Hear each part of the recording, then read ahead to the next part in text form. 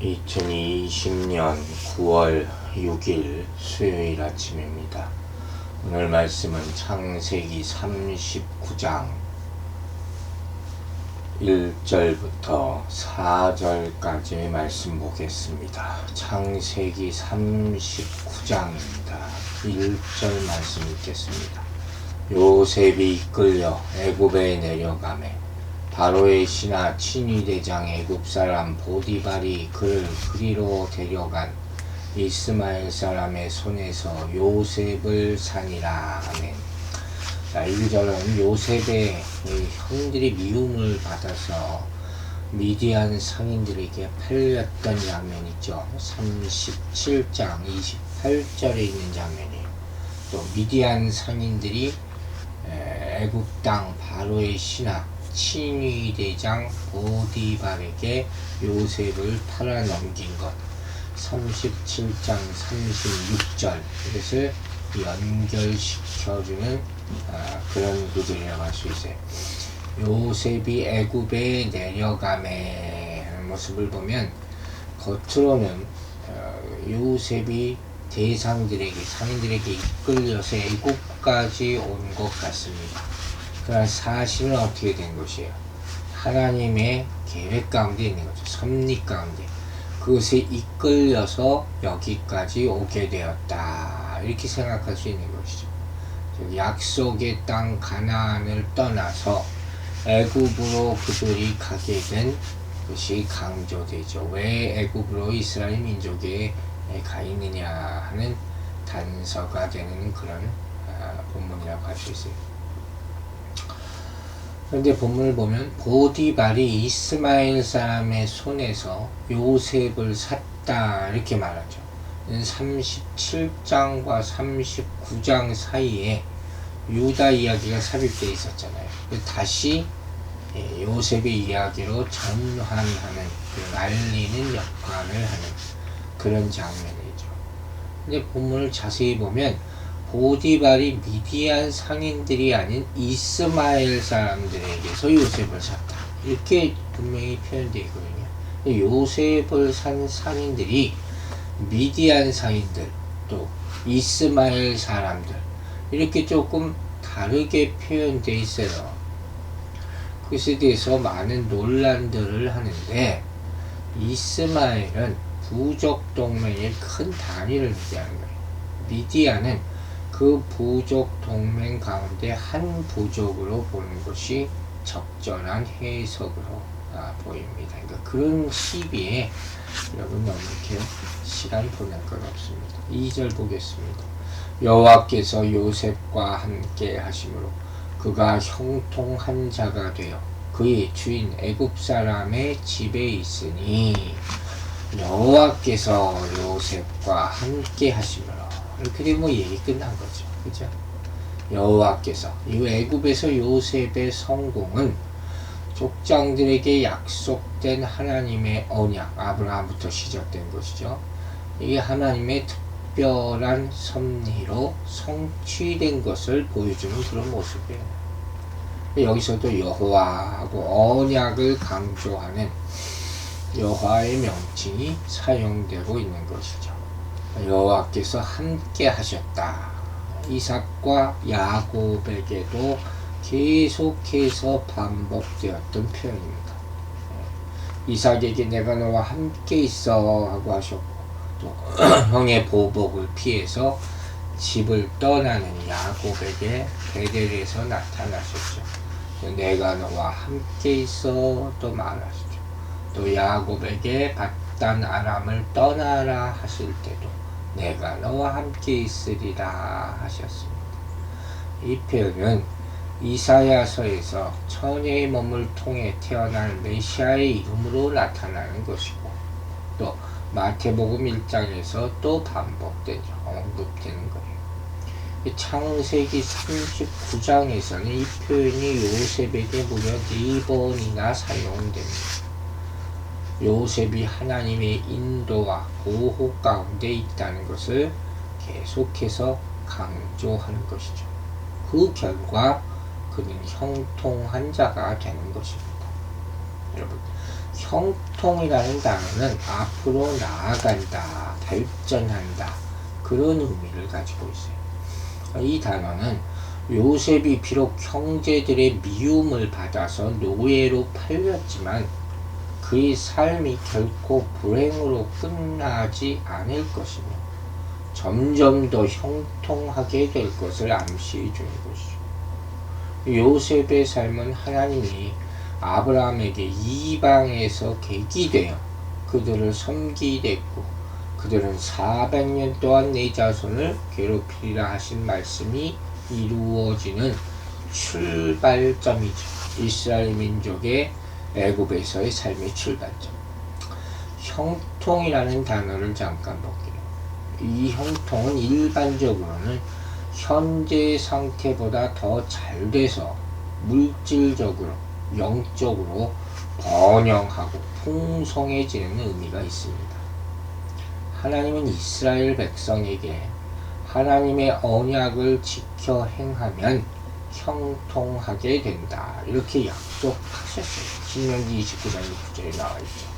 한편 잠언을 보면 죄인의 형통을 부러워하지 말고 항상 여호와를 경외하라, 또 이렇게 표현한 구절도 있습니다. 이 형통이란 말이 자주 나온다는 거죠. 강조할 것은 다시 한번 말하지만 요셉이 형통했던 이유는 여호와 하나님께서 그와 함께 하셨기 때문이다 하는 것이죠. 그러니까 하나님이 함께 하심, 하나님의 임재하심, 이게 바로 성경 전체에 흐르는 중요한 주제가 되는 것이죠. 요셉은 보디발의 집뿐만 아니라 감옥에서도 형통의 복, 즉 여호와 하나님의 임재를 경험했던 사람인 것입니다. 이렇게 하나님은 그분의 섭리로 요셉을 애굽으로 이끄시고 종이 되게 하십니다. 즉 요셉이 고난을 당할 때에도 하나님은 함께 하신 것이죠. 뿐만 아니라 더 깊은 의미를 보면 그 고난을 허락하신 분도 하나님이세요. 하나님은 우리가 단순히 고난이 없는 삶이 아니라 하나님의 뜻을 이루는 삶을 살도록 하십니다. 바로 그 속에 형통이 있다는 사실을 깨닫게 되기를 바랍니다. 이제 3절 보겠습니다. 그의 주인이 여호와께서 그와 함께 하심을 보며 또 여호와께서 그의 범사에 형통하게 하심을 보았더라. 참 귀한 말씀이네요. 하나님이 함께 하심으로 요셉이 형통하게 됐다 하잖아요.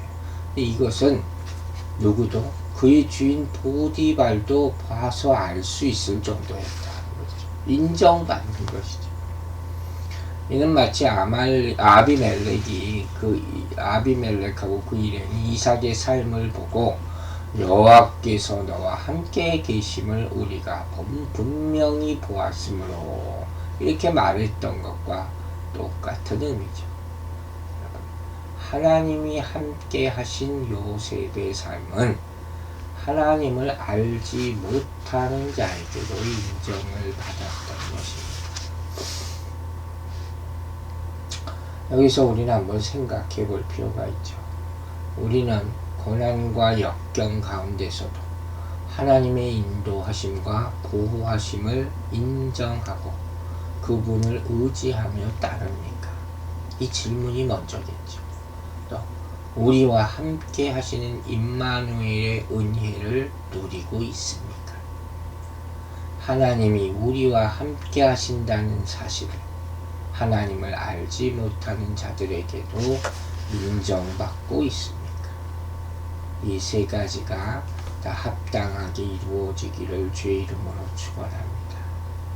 그의 범사에 하는 말은 모든 일이라는 말이죠. 즉 요셉이 모든 일에 신실했다는 것, 그게 시작이죠. 시작. 그 위에 하나님의 특별하신 축복이 있다는 거죠. 그냥 하나님이 함께 하실 수는 없죠. 하나님의 말씀에 잘 순종해야겠죠. 이처럼 성도들은 어디서든 어떤 형편에 처하든 간에 진실된 삶을 통해서 신앙리 삶을 통해서 이방인의 빛과 소금이 되어 그들로 그 행실을 보고 하나님께 영광을 돌리도록 해야 할 줄로 믿습니다. 하나님은 아브라함에게 복의 근원이 되는 특권을 주셨어요. 그를 통해서 땅의 모든 족속이 복을 받을 수 있게 하셨습니다. 요셉은 혈통적으로나 영적으로나 아브라함의 후손이죠. 하나님은 요셉의 조상 아브라함에게 약속하신 것을 요셉에게도 허락하신 것이 됩니다. 이 상황을 보면 겉으로는 세상적으로는 보디발이 훨씬 더 우월한 위치에 있는 것은 당연하죠. 갑이죠. 요셉은 노예, 을이죠. 하지만 상대에게 감동을 주는 삶의 주인공은 보디발이 아니라 노예 요셉이었어요. 요셉을 보는 사람은 모두 하나님께서 그를 도우신다는 사실을 알게 되었다. 노예라는 신분에서 풀려나지는 않았어요. 하지만 요셉은 자신에게 주어진 삶의 조건과 상황 속에서 형통함을 누렸다는 것이 그 의미를 깨닫게 되기를 바랍니다. 고난이나 고통이 없어야지 형통이라고 우리는 생각할 수 있죠. 당연하겠죠. 하지만 하나님은 고난을 통해서도 참된 형통에 이르게 하신다. 이것이 성경이 보여주는 의미예요. 시편 23편에서 뭐라고 하셨습니까?